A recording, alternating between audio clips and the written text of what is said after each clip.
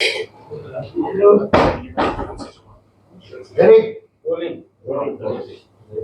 બેઠક છે,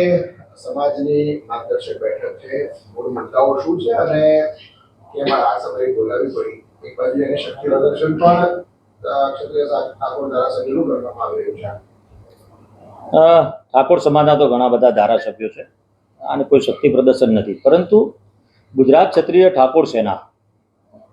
2012થી પહેલાથી આ સંગઠન ચાલે છે અને આ સંગઠનનું ઉદ્દેશ્ય હતો અને 200 તાલુકા સુધી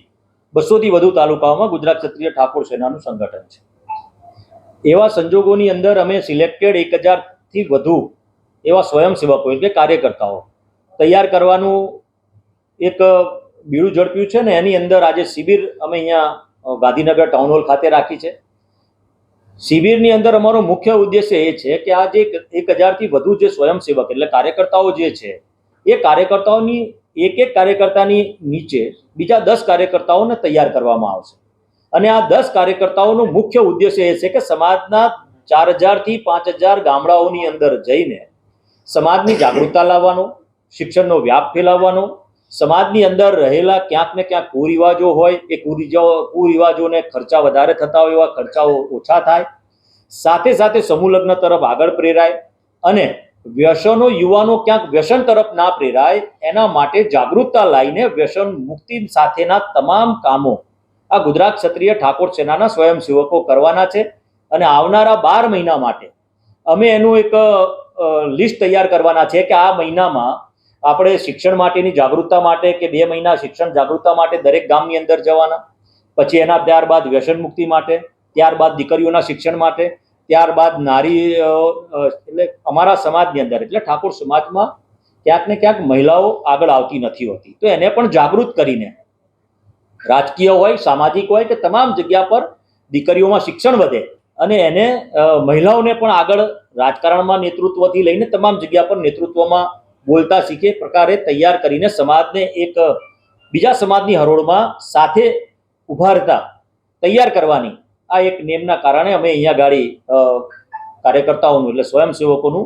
એક શિબિર રાખવામાં આવી છે. રાજકીય રીતે બોલાવવામાં દરસી આવી રહ્યું છે, ત્યારે જે પ્રકારની પરિસ્થિતિ છે, પરિવર્તન જોવામાં આવી રહ્યું છે, સરકાર સંગઠનમાં પરિવર્તન થઈ રહ્યું છે, નેતૃત્વમાં ક્યાંક ને ક્યાંક સમાજને સ્થાન યોગ્ય મળે ઉત્તર ગુજરાત તરફથી અને એવું જે સામાજિક સમીકરણો છે તેના લઈને હું એવું માનું છું કે ગુજરાતની અંદર તમામ વર્ગના લોકો એટલે તમામ સમાજના ધારાસભ્યો છે. સ્વાભાવિક છે કે જે સમાજના ધારાસભ્યો સક્રિયતાથી અને કોઈ સારી જગ્યા પર એનું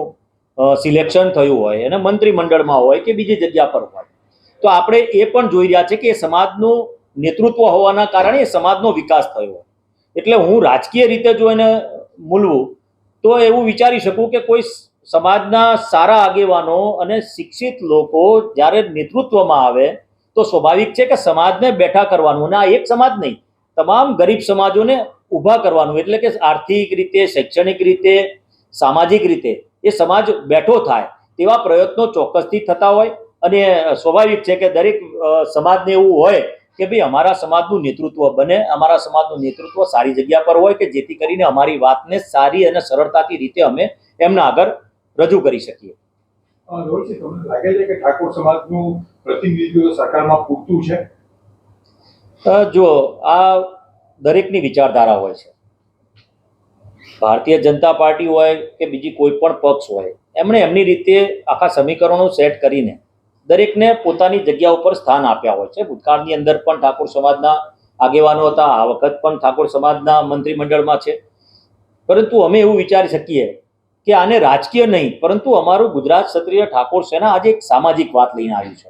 કોઈ રાજકારણ, કોઈ અપેક્ષા, કોઈ મહત્વાકાંક્ષા અમારા કાર્યકર્તાઓની હોઈ શકે છે, પરંતુ અમારી વાત સમાજને શિક્ષણ તરફ આગળ વધારવાની, વ્યસનોથી મુક્ત કરવાની, આર્થિક રીતે સક્ષમ બનાવવા માટેના અમે સ્વયંસેવકો તૈયાર કરવા માટેની આ શિબિર છે ને એ શિબિરની અંદર ગામડા સુધી આ વાત પહોંચાડીને સંગઠનને પણ મજબૂત કરવાનું છે ઠાકોર સેનાનું અને સાથે સાથે શિક્ષણનો વ્યાપ ફેલાય અને સમાજમાં લોકો આર્થિક રીતે મજબૂત થાય, શિક્ષિત રીતે મજબૂત થાય તેવા પ્રયત્નો અમારા સ્વયંસેવકો દ્વારા કરવાના છે. રાજકીય રીતે સક્રિય થાય સમાજ દરેક સમાજ એવું ઈચ્છતું હોય છે કે રાજકારણની અંદર પોતાના સમાજના નેતૃત્વ હોય, ક્યાંક આગળ વધે, રાજકીય રીતે આગળ વધે, તાલુકા પંચાયત હોય, જિલ્લા પંચાયત હોય, ત્યારબાદ વિધાનસભા હોય, ત્યારબાદ સાંસદ હોય, તમામ જગ્યા પર દરેક લોકોની મહત્વાકાંક્ષા હોય. દરેક સમાજના નાનામાં નાના નાગરિકને તમે પૂછશો તો એ વિચારતા કે અમારા સમાજના આ વ્યક્તિને સ્થાન મળ્યું હોય તો સારું હોય છે. અપેક્ષાઓ દરેકની હોય છે, પરંતુ દરેક અપેક્ષાઓ સંતોષાતી નથી હોતી. સરકાર એની રીતે નિર્ણય લેતી હોય છે, અને સરકાર જે નિર્ણય લેતી હોય છે એ નિર્ણય ખૂબ વિચારીને અને સમજીને લેતી હોય છે, એવું હું સ્પષ્ટ માનું છું. આભાર.